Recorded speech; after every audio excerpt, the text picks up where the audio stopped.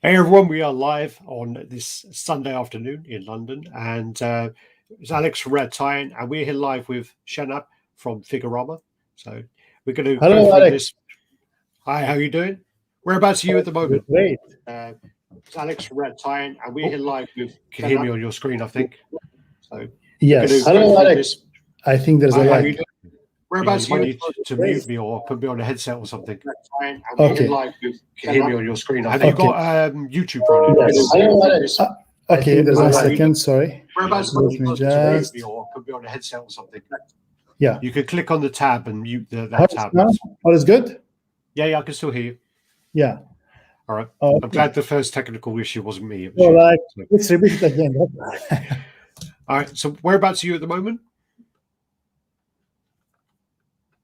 Sorry? Can you hear me? Yes. I'm in Tokyo, actually. Currently, I am in Tokyo. Yeah. Oh, nice. Yeah. So it's pretty nice and rainy nowadays. There is, like some mini typhoons, but we are surviving. It's pretty nice to be here, actually. Yeah. All right. Yeah. So what we do is we'll just start off, and one of the things that we prefer to do is we prefer a bit more personal, something a bit more personal. So we actually want to know about you first, Shanab. So do you want to tell us how you actually got into anime, from your kind of roots for that? So yeah, basically, Alex, as you know, I am a collector since a young age. I used to collect action figures of He-Man, Thundercats, and whatever. So I used to have actually a huge collection. After that, as I grew up, I started to collect more of PVC figurines, and then when the statues have emerged to the market, I started to collect them.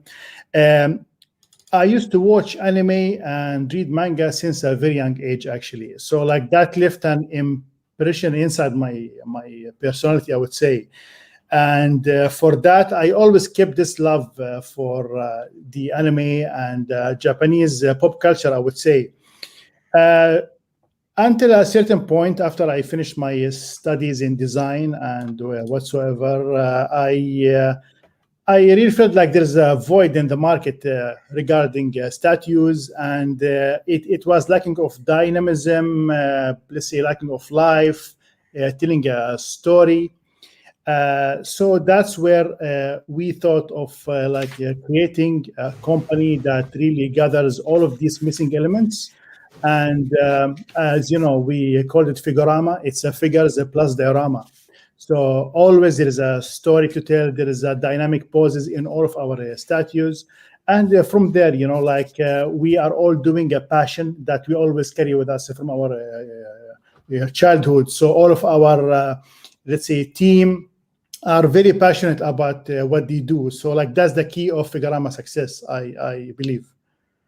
What made you decide to go so big, though? Because I mean, with obviously a lot of the stuff in Japan is the smaller kind of PVC versions of characters. I mean, when you go to is it Akaraba in Japan, it's just like little small figurines like this, or between that kind of height. But you went the total opposite way, and you went with the huge pieces. What made you make that decision? So basically, that was a red ocean. It was very saturated market for the small PVC that, very simple and affordable. The big statues that have details and telling a story with dynamism, that was a blue ocean. It's much less saturated. And honestly, I don't believe anybody have left an impact in the anime statues market till we emerged with the let's say the dynamic statues that they're huge in some cases. So we found an opportunity, and I believe that we took the right choice into converting the simplistic stylized anime style into something like more complex and a bit realistic. Well, that's one of the hard things about, which I've heard other artists talk about when they do something from a 2D manga or even an anime where it's moving. It's very difficult to take that art style and convert that into a 3D.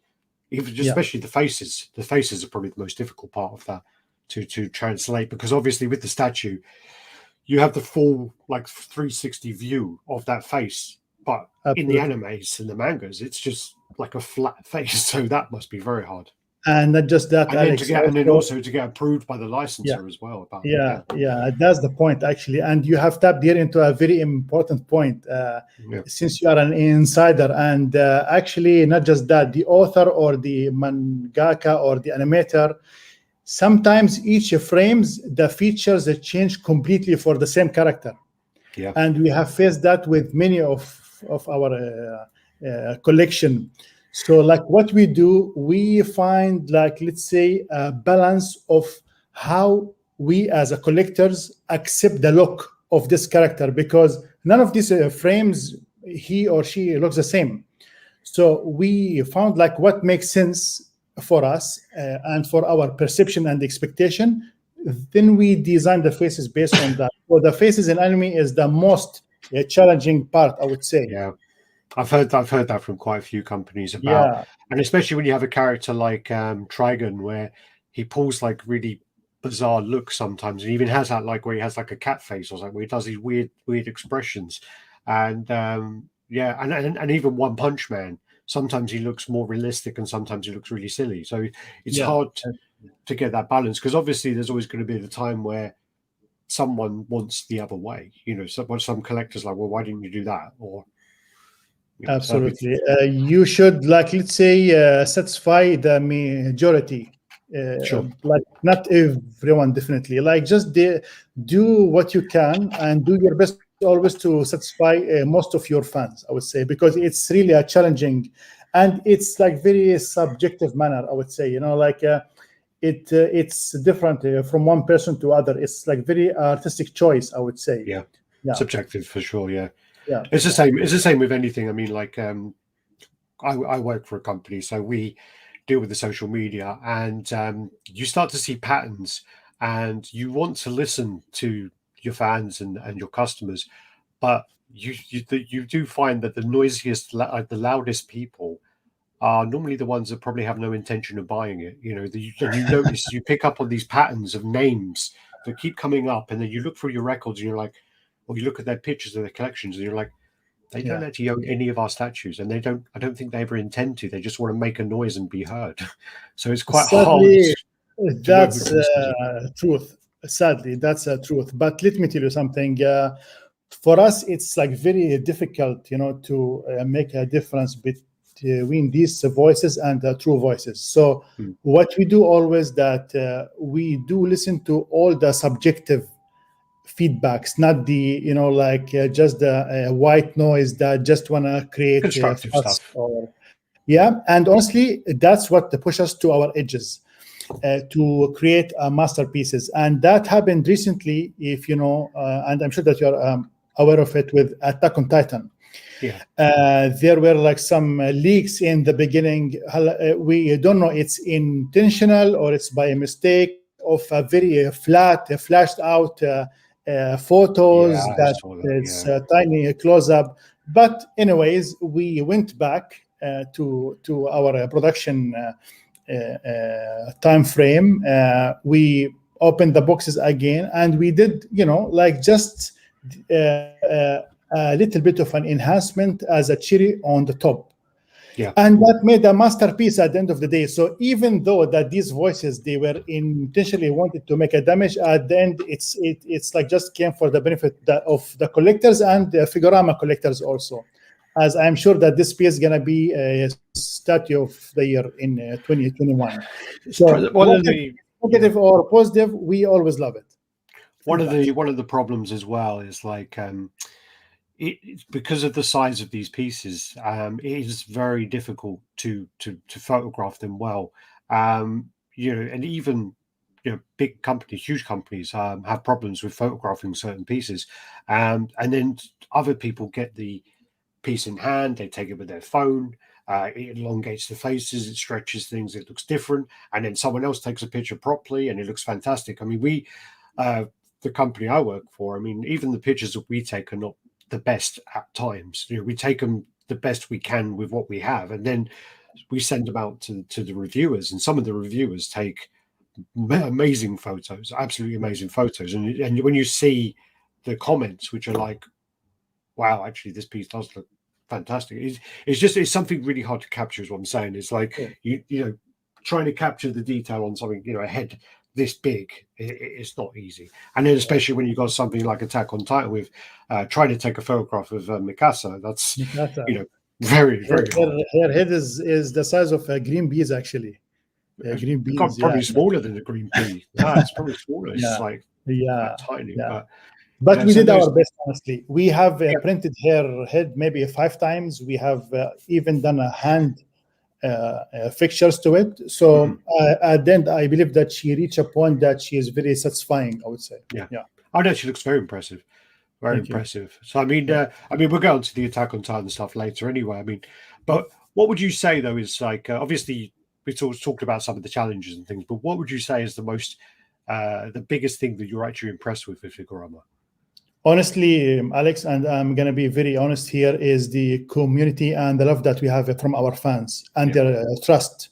This is the biggest achievement that we have done. Anyone can do statues, anyone can do design, anyone can do 3D, but to capture the love and the affection and the trust of the people, that's the hardest. And that's the most I am proud of, especially as you know, we have been winning an award for every statue that we release to the market. Figurama creators have been chosen twice in a row to be the favorite company of the year by the people. So that's the biggest love, I would say, that we are very proud of. Sure. Yeah, that's awesome. And one of the things I was going to say is that I was thinking about this just before I came on actually, is like a lot of the lines I haven't seen. I did actually go and watch I can never pronounce it, Dorohedoro. I did actually watch I watched the 12 episodes, and then it's got that 13th one, which is all the shorts. I actually watched all that to kind of prepare for this. But then you've got a lot of them like One Piece and like things like you don't have the license for that, but like but they're like over 1,000 episodes. So when you think about it that way, people have dedicated a lot of their time to get into that, and then also they've got the manga to read as well. So there is a huge commitment for you, to please them. A huge point. I mean, like other companies when they make like a movie piece, it obviously it has a big following, but I don't know whether it has that same kind of attachment and that passion. Because sometimes it's like I think with these animes, it's like some people treat it like it's almost a religion at times. It's crazy. But that's and the community is relentless. If you make a mistake, they will jump on your throat straight away. That's why, and honestly, that's why we do our best to listen to them. Imagine someone grew up with an anime like Naruto, Dragon Ball, Bleach, One Piece, and then he sees, like an elements that we haven't respected in that piece. So that's why we are very careful in how we show and present our work to the collectors, because we truly respect their artistic point of view and their fandom. Like they are huge fans of this license, so we make sure to always respect this part. Yep. So I mean, these are actually the list of the licenses that you have under your belt at the moment. Yes. So I just want to show these on the screen now. So obviously Attack on Titan, Blaine, Castlevania, Bleach, Claymore. What's that one there? So Diano Diabolkan? Yes, Dai no Daibuken, or the Adventure of Dai. Okay, some of these I prefer if you read them, because I'm like the name butcherer and I massacre names, so I don't want to. No, don't worry about it. Yes, we have Castlevania, Evangelion, Hellsing, Maiden Abyss, Naruto, One Punch Man, Mazinger Z, and we have announced lately also Chainsaw Man, which is actually a very successful manga that just came out to have an anime creation. It's a very successful one. We have Hakuto no Ken, or the Fist of North Star. I want to talk to you about that. Classic. I believe that you are gonna love that one. I'm a big Fist of the North Star fan, so that one's one that I'm going to come on to. But that goes back to the point though, that I am a fan of Fist of the North Star, but I'm a fan from watching the movie, and I was then told several years later that that's actually like a condensed version of the series, which is like, I think 50 or 60 episodes. And I was always like, I want to watch it, but I've just got this thing about, like, as soon as I press play, I get so addicted to things. I literally will binge all of those 60 episodes, and so it's hard for me to commit to stuff like that. Really is. Absolutely, yeah. I mean, it's normal, I would say. And needless to say, Alex, there is this license we have spoke about, and once we announced, you sent me a message on WhatsApp directly. Vampire D. Yep. Vampire D is one that me and you spoke about back in, must have been 2018 or so. 18 or so, yes. Yeah, so like that was one which, and I actually rewatched. Is it Bloodline? I rewatched that the other day, and it was so much better than I remembered. I remember loving the 80s version, and then not really being too keen on the Bloodline version. But I watched the Bloodline version, and it must have been a month ago, and it was so much better than I remembered. Like, really good. Yes. No, it's really amazing, and that's the license that we got for a Bloodline. But we are allowed to put our own artistic liberty on Vampire Hunter D. So you will see some elements also from the art of Amano-san. Amano-san, he's a great artist. He's the creator of Vampire Hunter D. So we are doing a very well balanced piece that honestly going to be another masterpiece, and I think that will be a very big hit in the market. Not only because it was very hard license to get. We have been trying since 2015 to get this license. And there was another one. There was another one you were trying as well, which was the Akira one, which I remember. I even want my Akira T-shirt. I've got my Akira T-shirt. Oh man, love you, man. But awesome. That was something as well, which I do find very interesting, because we had a conversation about licensing, and I think this is when we were in Japan. We had a long conversation about it, and it was about how in Western culture, like if you want to get a license, you obviously have to speak to the right company, because people do sublet licenses and things and whatever else. But as long as you can flash the money and say, well, this is how much I will pay you, as long as you give them the right number, you'll make it and you'll get that license. Whether it's profitable and worth it to do as a business is a different matter, but you could always get that license most of the time, 80% of the time.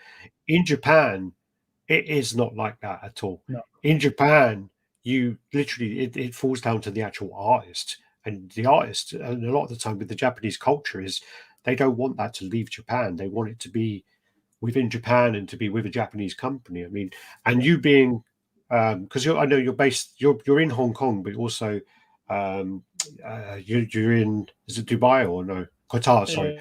And then also you've got like, and you've got offices in Japan, so that must really help you as well. Yes, and now basically our Japan office is on its way to become our headquarter, which is a great thing. But let me tell you, Alex, most of the difficult license that we got, like what you have said, is absolutely the truth. It's not about the licensors, and it's not up to the licensors. It's always up to the author or the artist. So because they love the way that we treat our statues with utmost respect, we always give this artistic touch to it, and like not just a commercial product that it looks like a toy. That gave us a huge access to like these kind of difficult license, I would say, and that helped us a lot. And always the praise that we get from the authors, it's like, let's say, it's always make us feel very proud of who we are and the team that we work with to achieve such a masterpieces. So yes, it's very difficult, very different from the Western market. Yeah. And you still got Grant on your team as well. Sorry? You still got Grant on your team? Grant. Is Grant still working with you? Grant, yeah, definitely. Grant is our man. Grant's awesome. Yeah. He's in the US now, actually. Yeah, Grant is yeah, he's our man, and he's getting us some good license, especially for the gaming nowadays. Yeah, you So mentioned yeah, him the other week. He sent me like a random message, and he said to me, "Are you still in Thailand?" And I said, "No, I'm back in London now." And I said, like, he goes, "Oh, my friend sent me a picture, like a photograph," and I looked at it, and it looks like you're in the background. And I was like, God, I get this so much because I've got a oh beard, really? and he sent me the That was picture. you. He sent me the picture, and I looked at it. I was like, holy crap, that does actually look like me. Yeah, I would it's like, like to see that after the show. yeah, Show it yeah, to I was me. sending it across. Yeah, but it's funny, Nice. like because I get it a lot, and I get like pictures sent to me, and I look at the picture, and I'm like, that looks nothing like me. Come on. And then, but this What a one, coincidence! I mean, I wow. zoomed in, and I was like, oh yeah, that does look a bit like me. The next thing I wanted to bring up is the way that you are kind of engaging your community and you're bringing things into it. Yeah. You've actually created your own character as well. So you actually got the Figgy character. So Figgy.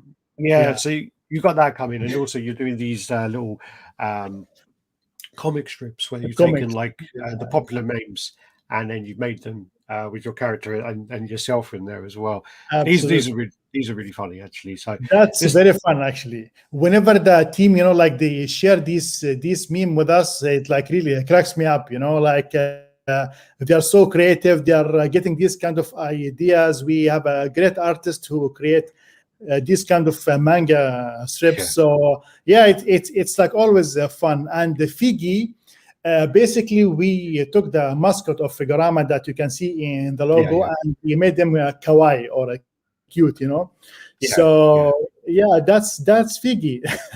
So this one's from obviously Invincible, Invincible, where yeah. yeah, I know that one. And then here comes a boss. Okay, I don't know the reference of this one.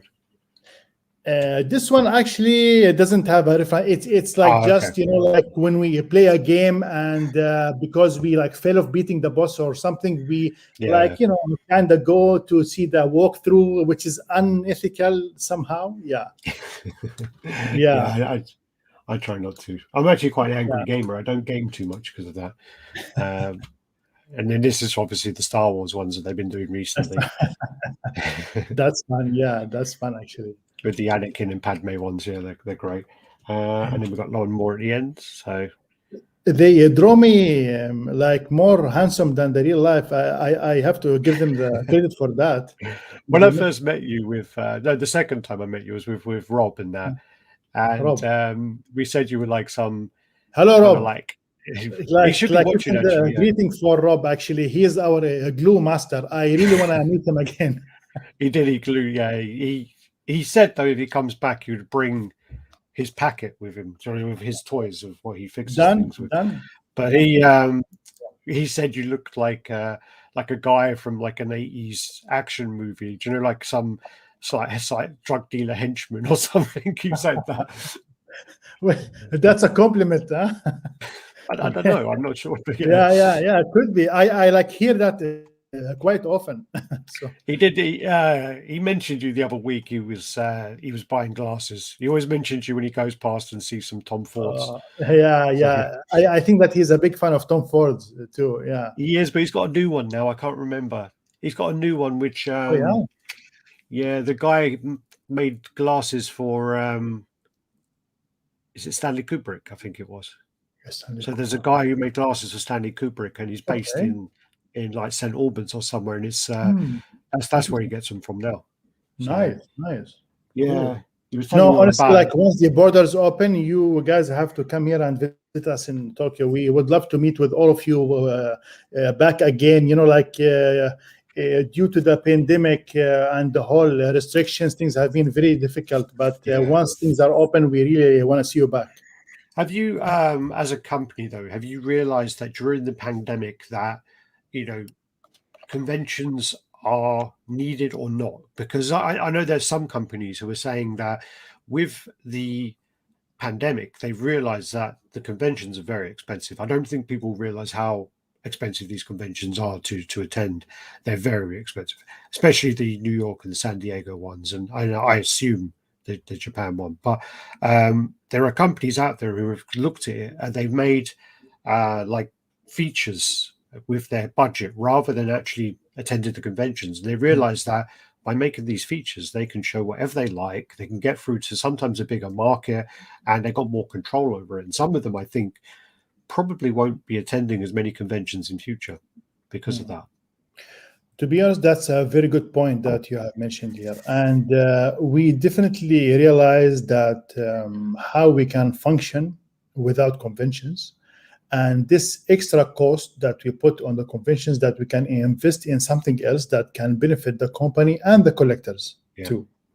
Because all of this cost, at the end of the day, it's an overhead.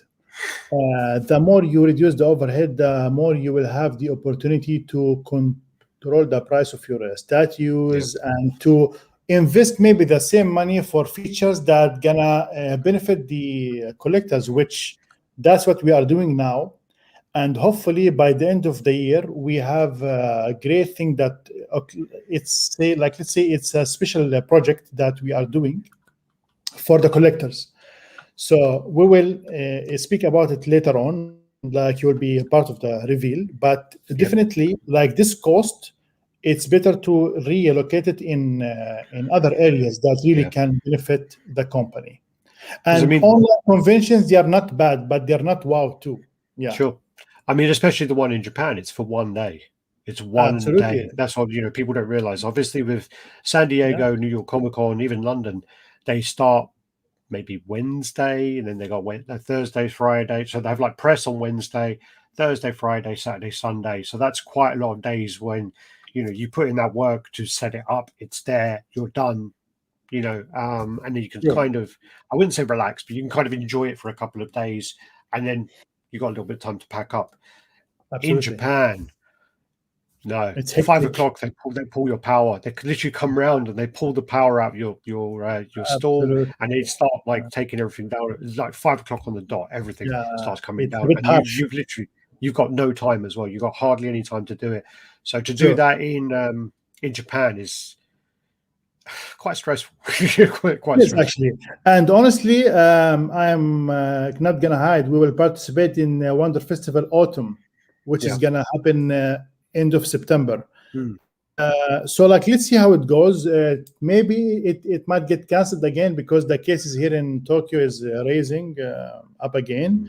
So let's see how it goes. But we want to test it in this time during the pandemic. Let's see how is the interaction is going to be there. But I'm sure that that might be the last one for now. So let's see how it goes. Yeah. Well, that's the thing as well, is I've attended twice, and I don't remember a lot of it. I don't remember, because at the time you're so pumped and you're so excited and all that. And I look back over it, and I've watched videos as well, and I'm like, I don't even remember saying that. I don't remember doing that. It's like a frenzy, you like just go around and meet people, new companies, and the connection. It's like a dream, actually. Yeah, it is. It's quite strange. Like it's a very when you think back over it, it is. It's almost like a dream, and the next one I want to go through is what you did as well, talking more about the community side, is you decided to set up a radio channel. So on the Figurama channel, you set up the Lo-Fi 2080. So what we'll do is I'm just going to cut to the video clip of that. So it's a 10-second clip, just to give you a taste of what that is. Absolutely.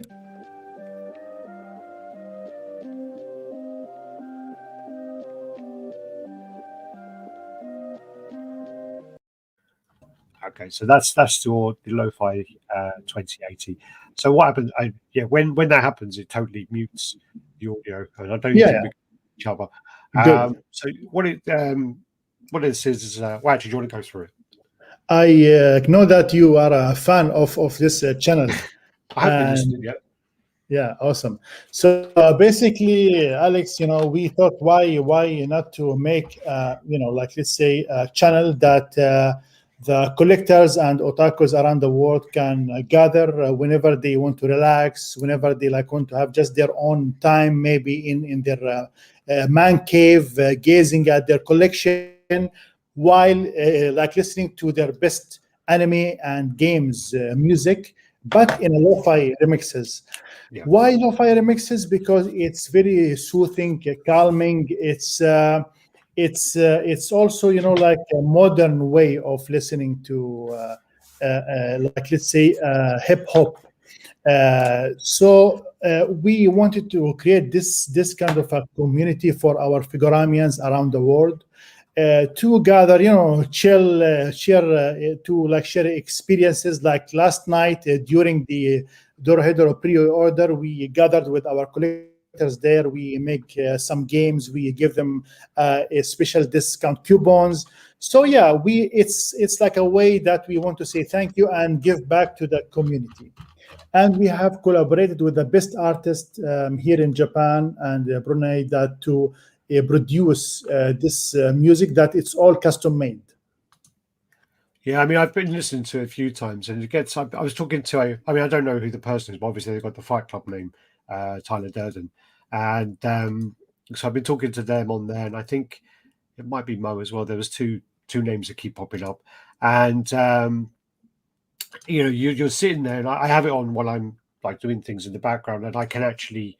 I got attention span, really bad attention span. I can't focus on things very well, and it is actually really good to have in the background a little bit of ambient sound, and then you carry on doing what you're doing, and it doesn't distract from it, and it is quite relaxing to listen to. Apart from there is a bit where someone burps on the video.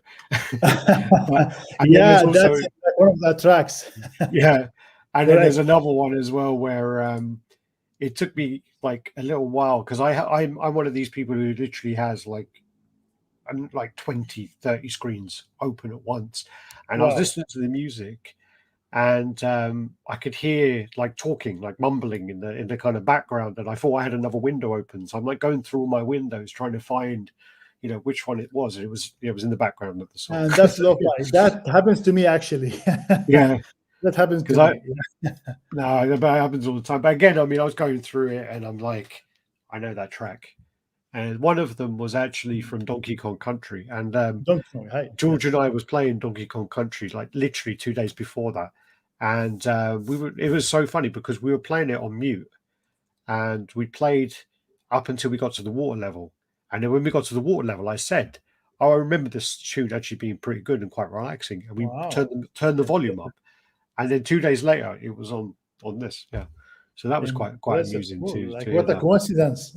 Yeah, it's a crazy coincidence. Also, I mean, it's probably quite a small image. I don't know if I can zoom into this now, but you also got little Easter eggs in there as well, which is quite cool. Yeah, so you got like. Do you want to go through any of those, or do you want? Yeah, sure. We have over there Dorohedoro painted statue. Above that, we have Kaneki versus Yamori. We have the bust of Claire from Claymore. We have, the Maiden Abbey's character hanging from there. Yeah, and this is actually a Figgy plushie that Luna is holding. So we called her Luna, the lo-fi Luna. And this is a Figgy plushie. So if fans love it, we will like make it for them as a plushie. Why not? Sure. Yeah. That'd be great. I'm just trying to show some of the comments. Most people just say hi. What we'll do is, if you do have any questions, if you want to put the questions in, we'll be doing the Q&A right at the end. So we'll try and pull the questions at the end if they are relevant, and we'll try and get those up. I can't go through all these at the moment. I do go through them. Normally on my other chat, I will go through every single comment, but then we literally have an hour of the thing just going through it. We're quite committed to that. So going back to the community and things, obviously you're talking about the kind of feedback that you're getting from the customers and how happy they are. Do you want to go through that? So what we'll do is if we look at some of the pieces obviously that come through, so the Hunter obviously George and I have reviewed these Hunter one, got this in, saw the prototypes of this, and got to see the production piece as well. So do you want to go through any of the comments from like the things that stand out from the community about them? Sure. Definitely, like, as you know, Hunter was the best medium statue for 2020. It's a masterpiece for Hunter x Hunter. Like, let's say it's the first Hunter x Hunter licensed statue, and definitely we have exceeded the expectations there in all terms. You know, like the gold foil that we used on Buddha hands and the posture, the size, it's massive. It is 1/6, but as an overall size, it's even larger than a Helsing Alucard statue. I have a huge turntable that I put things on, and this overlapped it all the way around. I have I think it's a 45 centimeter disc. I don't know what that is in inches, and it was huge. It just totally dwarfed it. Yeah, and it struggled as well when it was turning. It was like going around, going like, really struggling. It's heavy because it's heavy. Yeah, it's very heavy. Indeed. Yeah, so, absolutely. Very cool piece. One of the things as well that stands out, I mean, this is very dynamic, and to kind of capture that where he's floating in the air. Because one of the things as well is, obviously I saw this at a prototype level, and at prototype level, sometimes it's not been engineered. Well, it hasn't been engineered yet most of the time. So this was kind of quite hard to assemble. There were some issues which Rob stepped in and saved the day. You guys remember? You honestly saved the day. I mean, the amount of the glue that we poured into the prototype, that was, I don't know, maybe like 1 liter of glue. Well, I think you kept putting glue in it, and I think Rob told you, like, that's not how you do it. Like, and then come along and he mixed up his own special glue. Rob was the man. Yeah. He saved the day. He did work very well then. He doesn't let me forget that as well. He goes, if I didn't come, he did a great job. He reminds me. Hats off to Rob. At the end of the day, because of the amount of glue we used, I remember you taking it apart, and I was trying to be very delicate and like trying to give it a little shake to break the glue, and then okay, I've got one bit off, and you just come along and go, all right, just like wishbone it. I remember. Like, oh my god! And you gave me that look, as if I am helping your child. I mean, again, because I know the time and the effort that had gone into putting it together, and I think obviously because it was a long, stressful day and the day was over, I think you were just like, I don't care, I just want to go home. Yeah, God. But the other side of it as well is, I mean, obviously it's very, very dynamic. And one of the things as well with the kind of Figurama pieces, and we again get this from other companies, is you can only show the characters in a neutral position. You can't show them where certain characters are, being beaten. And maybe with like other lines, you could probably more show the hero being victorious, but especially with anime where there's so much love on both sides, because they give the villains a lot more depth normally, that you can't do it at all, and that's why it has to have this kind of position of no position of power really. One of the other ones as well is the gold was done very well as well. Because that can look quite tacky and quite cheap, but it was done very well. Absolutely. That's one of the biggest challenges actually, because we love to make both characters are in equal like, let's say, power in like terms of a fight. And some comments that says that we repeat our poses, but if you look at it, like you have a fight scene, you like don't have much of poses to like make in it, especially that you want to save the space. You think of many elements that you want to keep it balanced, and in the same time to be compact. That's going to like be displayed among other collection. So we do our best to be creative, and I do believe our poses are very creative, as you could see in Dorohedoro, the latest figure statue that we have shown. So yeah, it is a challenge, absolutely. Okay, so then move on to the next one. So next up we have the so then we got the Attack on Titan. So this is the Armored Titan versus Eren Titan, and you got the Mikasa on the top of that.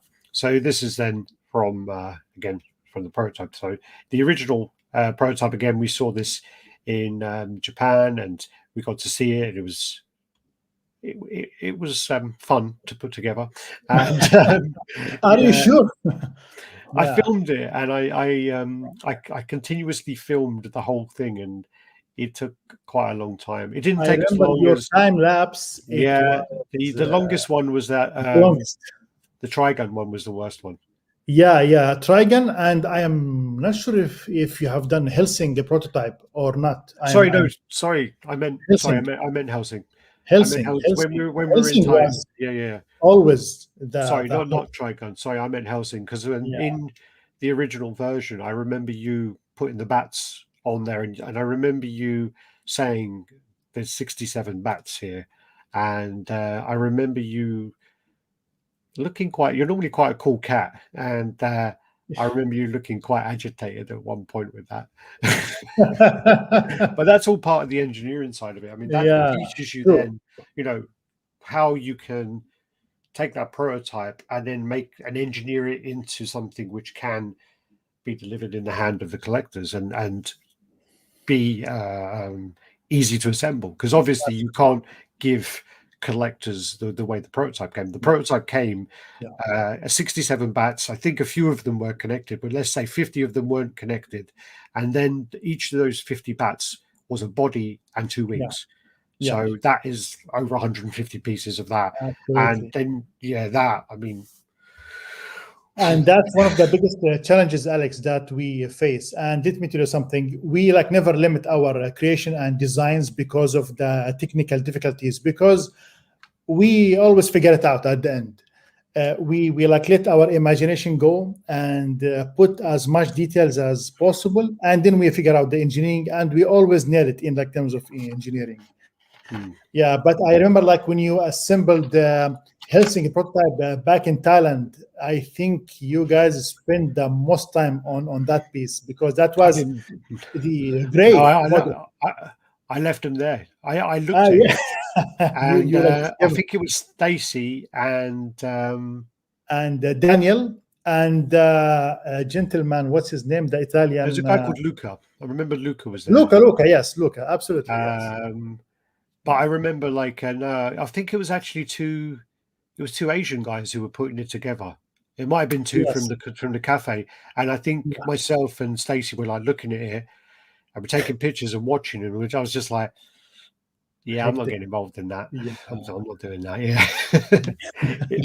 But one of the things as well is, we were talking about this earlier about the photographs. You said about how there were those leaked photographs that didn't look very good and things. But True.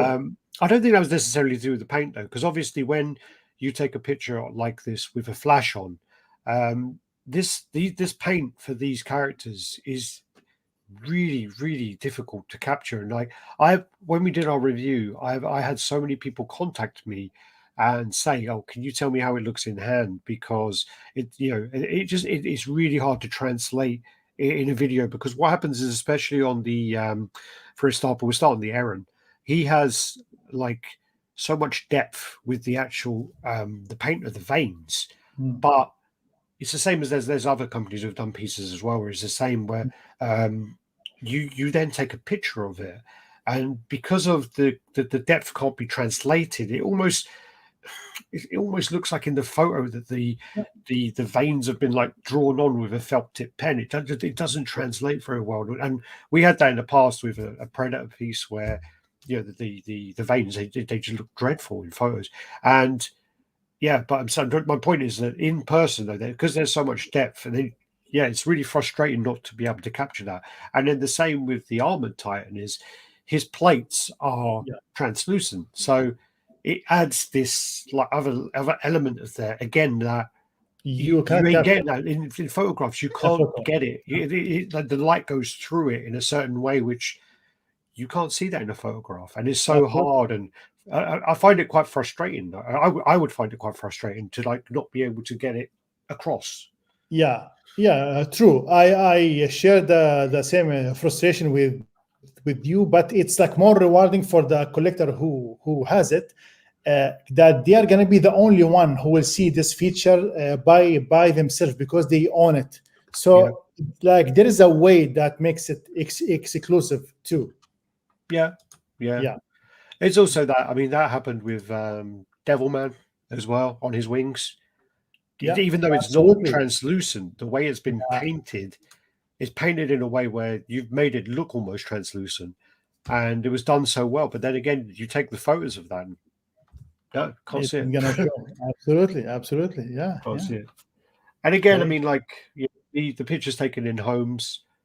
Some people as well. I used to do it really badly, where you have your home lights on, and then you have the mixed light. So you have like a warm light of a lamp, and you have the white light above, and that messes with photos big time as well. It took me a while Absolutely. to figure that out. So yeah, this little detail there, very intricate detail. Did you have to? I wasn't too sure, but did you have to tone down the base a lot, or is it very similar to the actual prototype? No, the base is like very similar. There is, like some ripples here, like let's say here and there that didn't add to the piece. It has been eliminated, but apart from that, or like relocated. But apart from that, it's exactly the same. Yeah. And actually, I would encourage the fans to go and watch your review for Attack on Titan. That was a very nice one. You have done it, you and Gio. It was very good way that you have analyzed all the elements as if like us the creators is analyzing our pieces. It's like very thorough way that you have done that, and you have been very fair in all the aspects. Well, the point that we were making during that is I've seen maybe 12 episodes of the show, so I know a limited amount about the show. George hasn't seen any of it. We watched like a little video clip and stuff like that, but he made it very clear that we're not reviewing this as someone who knows about the anime. We're reviewing it from a totally aesthetic point of view of how you've delivered it as a statue, because I don't even want to know how many statues I've seen in my lifetime. I've been collecting since 2013, and I've been going to conventions for quite a few years, and I've been working for statue companies probably for about 4 years. So, with that, I mean, we obviously if you're watching from Figurama, obviously we have a channel called RaddTitan, and we've got over 2,000 videos on our channel, and we've probably got over 1,000 hours of live chats. So we like to think we know a little bit You about guys statues. know what you're talking about. Yeah, Exactly. so we review it as a production. Again, I've seen the prototype, so I can say, well, I remember the prototype being like this, and I can see the production is like that. And I think you did a very good job of translating that, because again, this is one of the points I made in the review, which again we spoke about it afterwards, which is like there's a way of, if you get one of the highest level painters to paint your prototype, they're going to have that for a minimum of a month to paint that, and they're going to be totally dedicated to that piece for that month. Sure. Once that then goes through, you then send your paint scheme and whatever else to the factory, and you say, this is how we want it to be. To believe that the factory can replicate that to 100% standard is it's not going to happen. So it's almost insulting to the artist as well. I mean, there are artists out there who have been in the game for so long that they know the standard the factory can replicate, and they paint it to that standard so that it can be done. But with this, I mean, I would say this is very, very, very high up there, like 85% close to that, and that is a very high grade. That's not a bad grade at all. Absolutely. Like the industry average is like 70% to 75%. We always do our best to, like go anywhere between 80 to 90. Yeah, that's, I think, the best way that we can do it, I would say. Yes. sure. One of the problems as well is like from, and it's not like a problem. It's just, you want that feedback, but a lot of the people who do make the assessments and they put the prototype images like professionally taken next to someone's cell phone picture and go, oh my god, they've failed on this, when it's like, well, no, it's that's someone's taken that picture on a 5-year-old camera phone. What do you expect with the flash blasting? So it's always hard to explain that, and I think a lot of people don't. It's not that they. I don't want to sound insulting. I don't think it's they don't have the knowledge. I think it's just that they see a picture and they assume that that is what you would see with your eyes at that moment. And you know, we always say as well on our channel that a picture, you know, the average picture, because obviously you've got some phenomenal photographers out there, but the average picture is like 20% or whatever of what there's, you know, what you Yeah, can't go by it because absolutely. you've even got like perspective issues. So the scaling can look off from Yeah, photographs. even There's so many the things from screen or the photographs. monitor color, it Yeah, varies. Yeah, of course, and it also because of the way phones are now, yeah, they're too smart that they will mess with the saturation. They will literally mess with the saturation to make it automatically look what the phone thinks is the best for that. yeah, So you know that's always a problem too. Always a absolutely. problem. Yeah, yeah. All right, we go on to my list while I think my caffeine's kind of on a high at the moment. All right, so what we'll do then is we're going to go into your latest pre-order. So we're going to play the video for that. Yeah, We can't talk now for 2 minutes, I think it sure. is. Go ahead. So if you've already seen the video, anyone, run along, make a drink or something, or Yeah, watch it again. It's up to you. So we're going to play that awesome. now.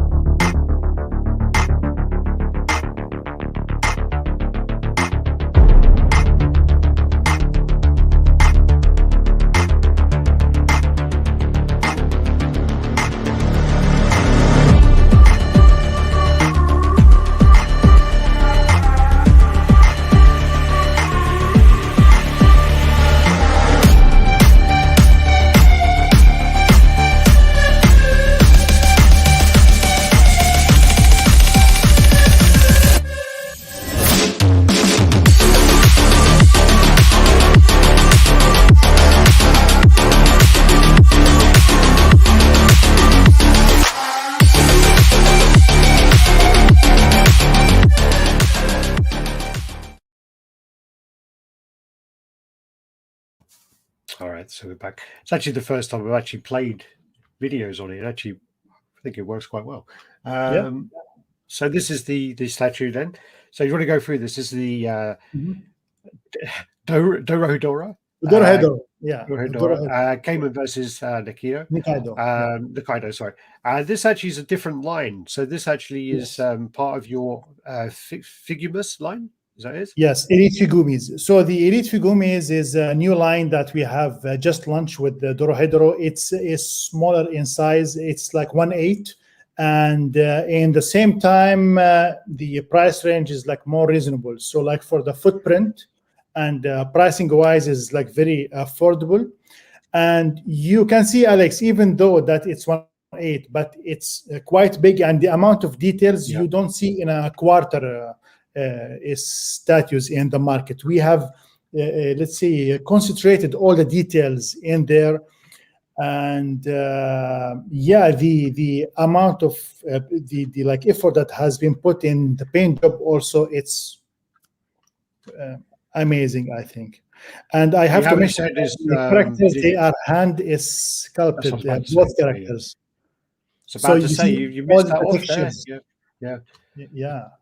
Yeah, I was going to say that. That's what I was going to interrupt you with. But that's one of the things, because I mean, there are very few hand sculpted pieces around, and it's another one of those things which is hard to capture in photograph. But I was at a convention last one of the last ones before it was shut down into the end of Mhm. 2019, and there was I think in the booth of 60 statues there were like two, I believe, maybe three that were hand sculpted, and from images I was like, yeah, okay, but over the time of the convention they really grew on me, and there's it's so hard to explain, but there's something to the traditional sculpt. There's like more emotion to it, because like when you Sure. have the digital, it's almost like certain digital pieces, they add textures just for the sake of adding it. It's just like, oh, we're going to put this like material texture here just because Yeah. we can, just because it's a layer or a skin on the thing. But Mm. with the traditional sculpt, I believe, right, yeah, it seems that a lot of those textures have taken more consideration and more, it's not just there for the sake of it to be there. Yeah. And there's more what's the word, so like Imperfection. well, no, not really. I mean, yeah, because there was one on one of the ones I saw. There was like a mark on his shoulder where, Mm. like, clearly they've dug the tool in on the muscle. But again, it's I don't not the imperfection, but that kind of balance between the Right. different textures, I believe, is better on the traditional. Yeah. I've just seen some modern statues where you get them up close and you're looking, and it's just there's like they add a texture on this panel, a texture on this panel, a texture on this panel, and it's like, just make a bit of it smooth, just like, you Yeah. don't need, Yeah. and that's, yeah, but that's my thing, is like with that, it seems there's more thought gone into those textures Yes. on the traditional. Absolutely. Or am I talking Thought rubbish? I don't know. and effort, Alex. Definitely. It's more organic. It's like not Composition. a machine. Yeah. It's you can see the artist touches in every part of it, which it reminds you like that's human, which is very. It have its own beauty. Like each platform have its own beauty as well, but yeah, like this is a special way that we really wanted to open our elite Figumiz with the traditional sculpt, and yeah, it was very successful, I would say. Yeah, I mean, Yeah. that's, and also with the traditional sculpt, it can actually be quite expensive now because of the fact that there's not that many people doing it. But Yeah. if there is, we had one where the statue was sculpted in Mexico, and it was brought across to Asia for the convention. And then when we got it out, it was like, this is meant to be quarter scale. This is like 1/3, and we Oh, had to do it start again. We had to start wow. again, and Wow. it was a shame because the actual sculpt of the 1/3 one was, Scaling is very I mean, important actually in yeah, the hand yeah. sculpt. It's very important. There was an element of, with that character, we could have got away with elements of it because the character, the angrier they get, the bigger they get. So there's always that kind of area, but it was too big. But we keep it in our office now, and it's like one that stays in the office. But yeah, that's how it can get very expensive and time consuming. Yeah. If you have an issue on digital, you can cut it and resize it, and Exactly. If you have any issues, you can always adjust it. But yeah, so if you can see in this image, you can see the textures that have been like added by the artist hands, yeah. which is pretty much detailed in my opinion. It's like, you see, it's like very organic. Did you say the artist? Sorry. Araki-san, yes, he's a Japanese artist that we have been working with, and he does a great job in his pieces. You also got a lot of little Easter eggs here, because again, I saw the show, Yeah. so I know. So obviously you The got mushrooms, the gyoza, you got the mushrooms there. So and you actually sold out as well. So this sold out.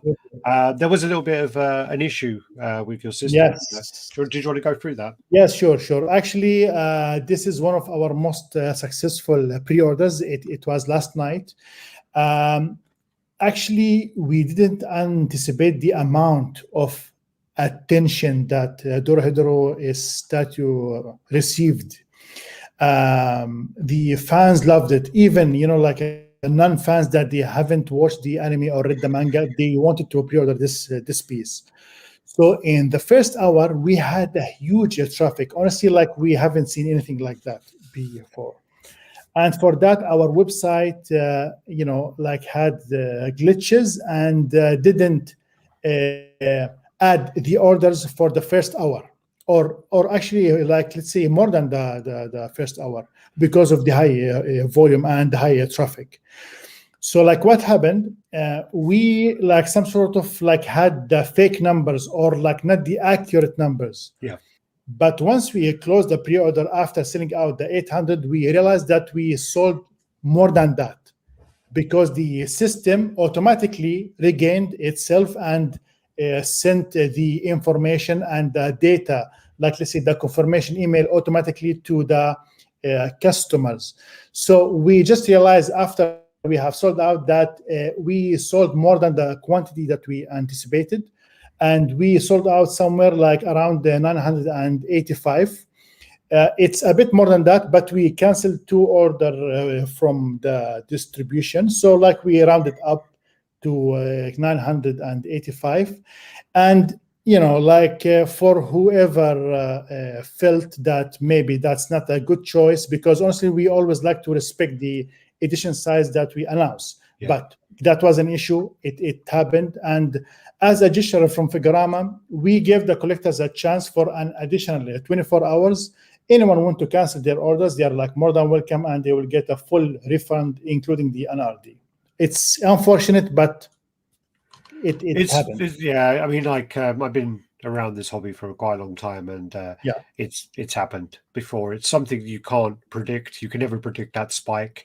And you get companies like Nike. When Nike release sneakers, their whole site shuts down. So it's not due to the size of a company. It can happen to anyone. That demand is very hard to predict. Very hard to predict. I actually saw the show, and something what which do you think actually, about it? a lot of the stuff, like I'll watch it and I'll be like, okay, but I do really like the animation. Yeah, I was a bit like when the intro comes on, I'm like, what the was they? What were they smoking? It's very psychedelic. Actually, mushrooms.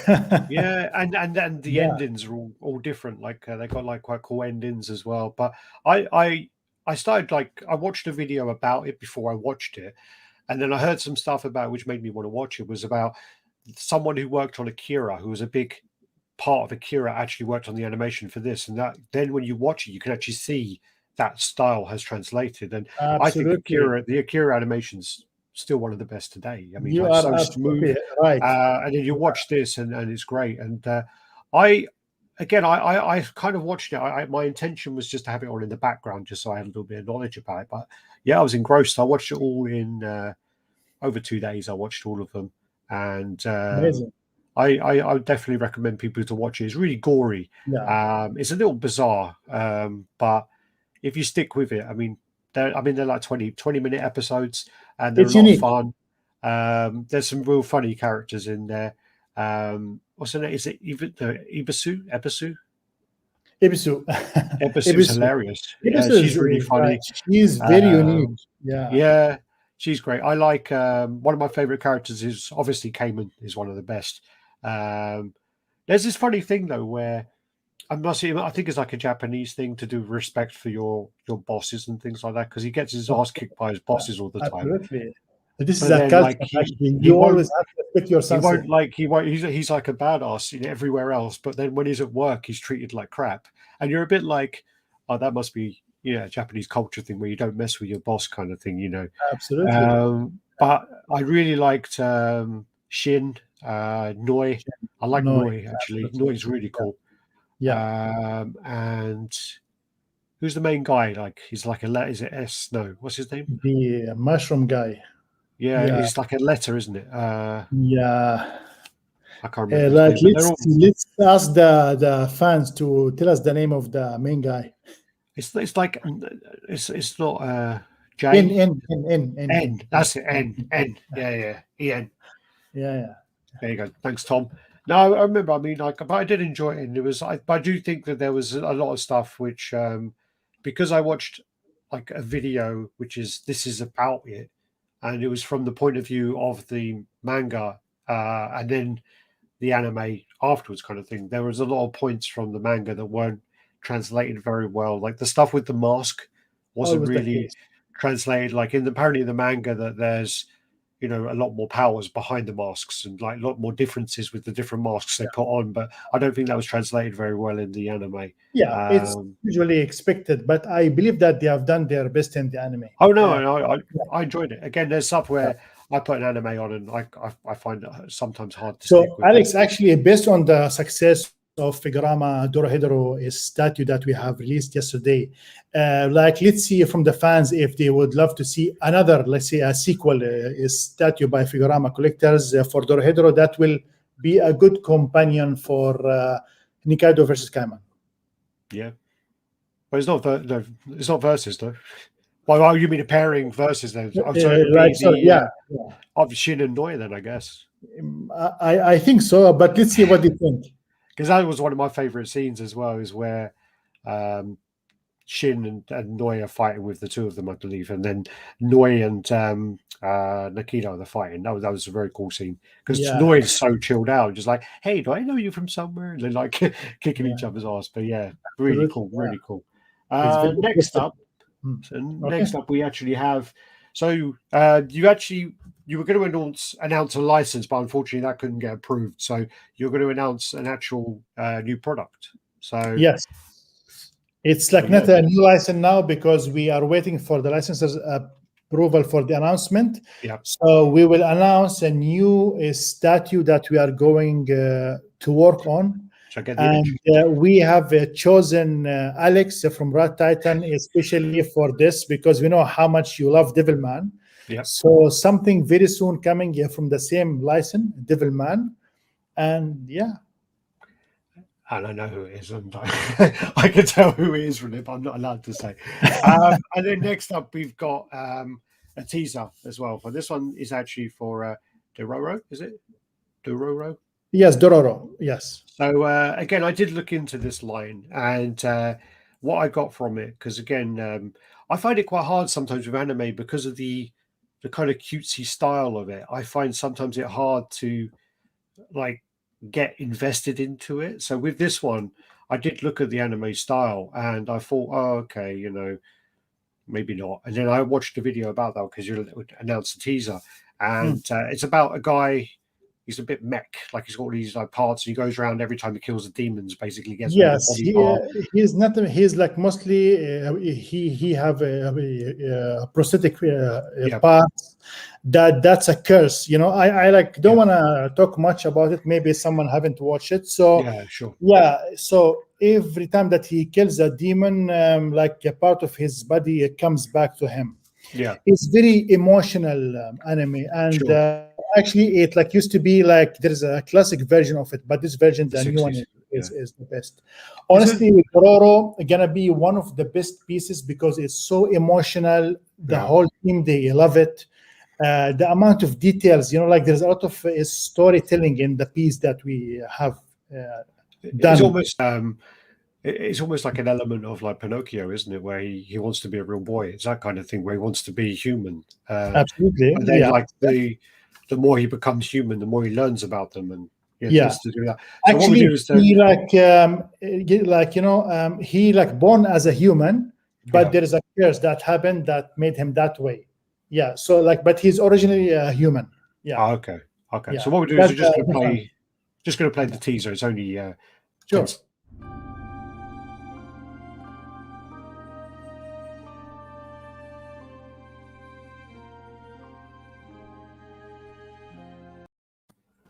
Okay, and that's actually going to be one of the full-size statues. Yeah. Do you have a picture of it so we can talk about it? There you go. Sorry. So basically, I think from this color teaser, fans gonna have an idea on like which part from the anime we are let's say freezing that moment to make a statue out of it. So I mean the coloring, it's so amazing. I'm sure like when they saw the gray prototype, they like kinda imagined how we'll do it, but the wolves are going to be translucent material, which is not gonna be transparent, because that will make it cheap, but translucent, something very similar to the muscles of Eren, the one that you have mentioned. So detailed coloring as always. So yeah. All right.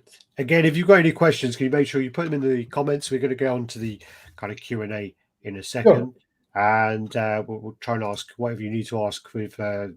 Shanab. Again, I don't know much about this one, so this is another one I'm going to have to research on.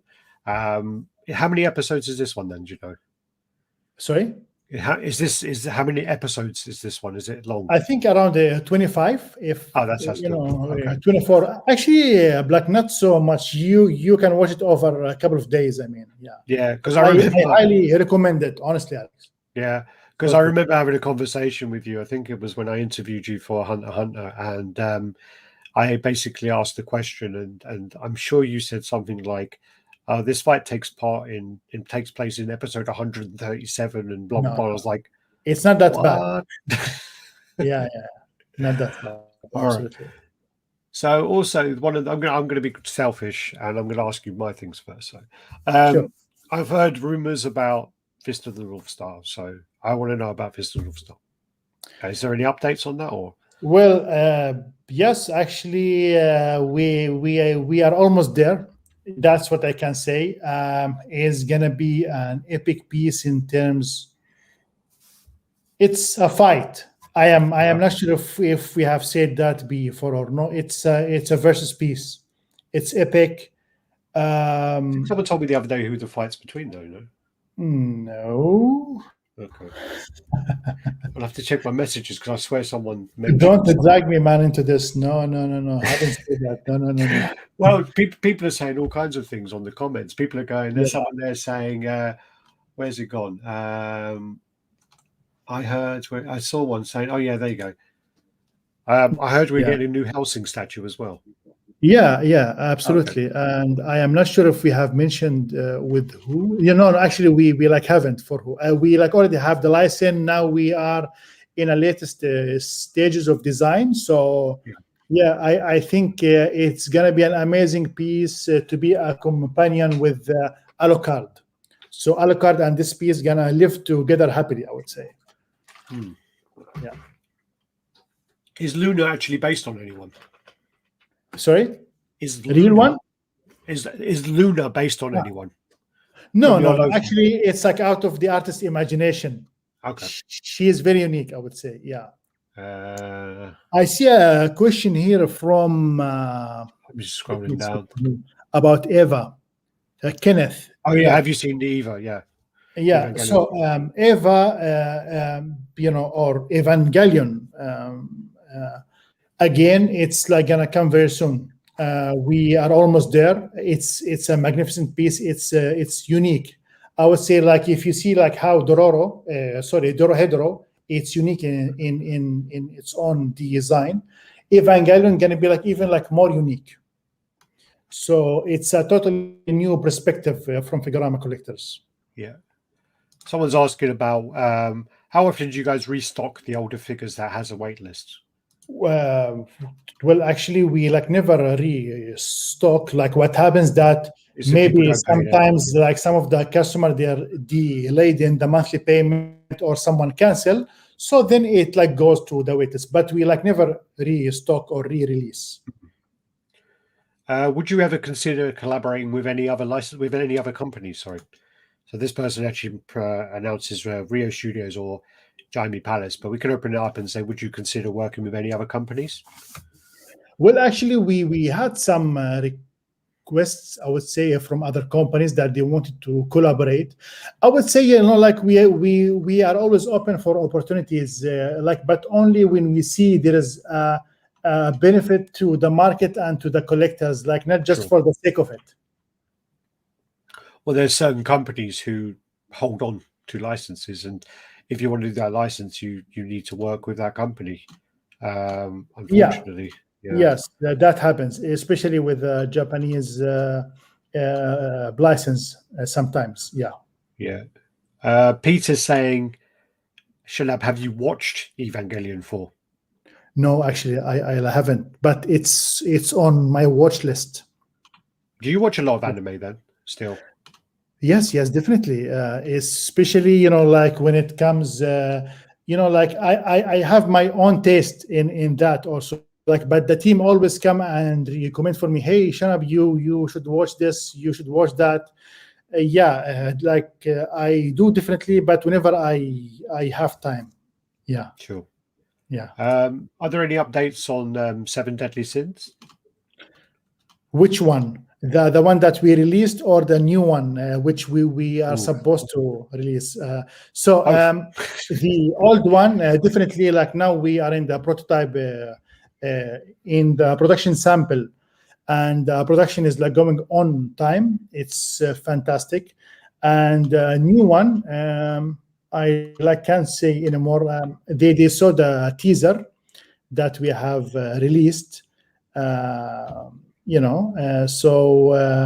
I would say they have to like just wait.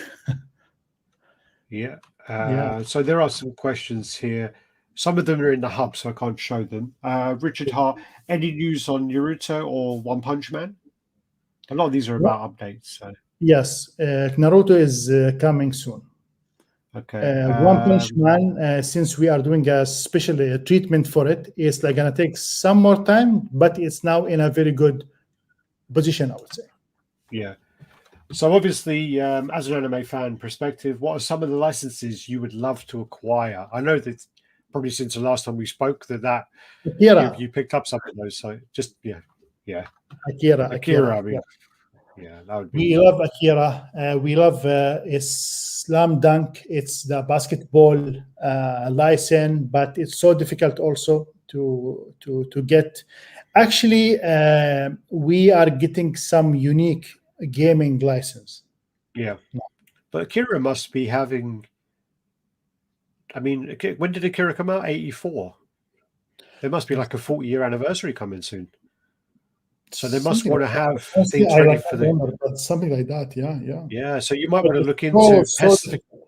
Yeah. you might want to look into like getting in touch and say, look, we'll do something for your 40th anniversary. Believe me, Alex, you like don't need to tell me, man. We are doing the impossible there, and also for Jojo, by the way, Jojo, it's a fan favorite anime. It's a fantastic one, but the author is very, protective for this Yeah, license too. So, like these two, honestly, we on our top of the wish list, I would say, Jojo and yeah, Akira. Yeah. yeah. Because I mean, when I was watching anime, I was like when I was younger, and obviously the kind of accessibility wasn't that great over here. I mean, I never had satellite TV till later on, so there was a lot of it I never watched, like the Dragon Ball Z, One Piece, and Naruto. I never watched them, and then by the time I got to have access to them, I was a bit kind of past it a little bit to kind of have that nostalgia attachment to it. So the ones Yes. I saw, even though they were quite adult anyway, I saw the Akira, Fist of the North Star, Yeah. Vampire Hunter D, even Venus Wars when they got like the Mhm. motorbikes, Monster City, Wicked City. I know one. I know one that I'd want you to do. Which I've got one? one actually. Tell me. Ninja Scroll. Oh, we like got that requested a lot actually. Good Ninja Scroll point. is And even the badass. team they like came back recently talking about it actually. Yeah. Let's see the fans how they would love it. Honestly, Yeah. I think it like really fits Figurama anyway. Yeah, well, I mean, with the dioramas where he goes and kills all Yeah, the seven demons, so you've got so many options, and absolutely. Good yeah, point. I would. That's Yeah, one I would love to see from you guys. Look, obviously, because you've already done Devilman, you're doing more Devilman, you're doing yeah, Vampire Hunter D, so that's my checklist. Also, I mean, I am a big fan of Guyver. I know that other companies have got that license, but if you yeah, guys could do a Guyver diorama, yeah, that would be pretty epic as well. yeah, Um, yeah. would you consider working with One Piece? Well, it's a very nice license. As an anime, it's not like my cup of tea, but definitely it's a great license that I believe if we get it, that we are gonna do something completely unique and different from what's out there in the market.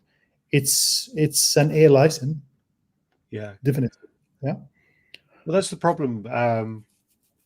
Is a lot of these pieces like the Naruto DBZ, One Piece, because they are so, and even Akira, because they're so restrictive of their license, it opens up the market for so many unlicensed pieces to be made. And whenever I go traveling around Asia, and I see like a piece that looks absolutely ridiculous, like in a good Yeah. way, I look at it and it's an unlicensed piece, and I it's like always one. It's always One Piece. It's always Naruto. It's always true. those two. And I Dragon ask them, I'm Ball like, sometimes. Yeah. yeah, I'm always like, why is there so many unlicensed to this? It's like they don't want to give out the license. Yeah. And when they do, It's it's the so expensive. shortcut way for them to like make a profit, which is unethical. For sure. Definitely. For sure. Someone asked actually a good question here. So Yeah. I know you shouldn't be talking about other companies, but I feel like competition is what motivates studios to push the envelope. Which are the anime studios you respect? Honestly, I'm like not gonna be diplomatic here, but I respect all of the competition because, as you guys say, iron shapes iron always. For sure. Every George says that, anime, actually. That's one of George's favorite sayings. yes, I think that I picked it from you guys. Oh, did you? It's in the back. Oh, no, honestly, yeah. So basically, all of them, whether I like or dislike their work, but we respect all of them at the end of the day because the competition, they are there to always, trying to compete and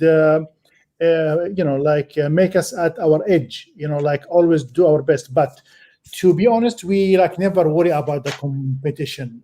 We know them, we respect them, but we have our own way, we have our own path of exceeding our fans' expectations, and we never do any action that just because that company or this company have done it. We know they're out there. We wish them best of luck, but we have our own path. Sure. No, Yeah. for sure. Yeah, that was a diplomatic answer, and okay, that's not a very good Rad. That's on RaddTitan. We want proper answers. We don't want this rubbish. How about something like Death Note as well? I know there was a company that did Death Note piece. Yeah, we have this request a lot. They want to see Death Note from Figurama collectors with Figurama collectors treatment, which honestly I think that they deserve that.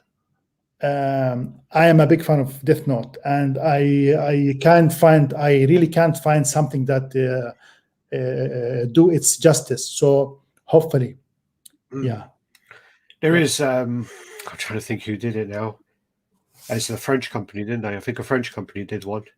Oneri Creations, they did one.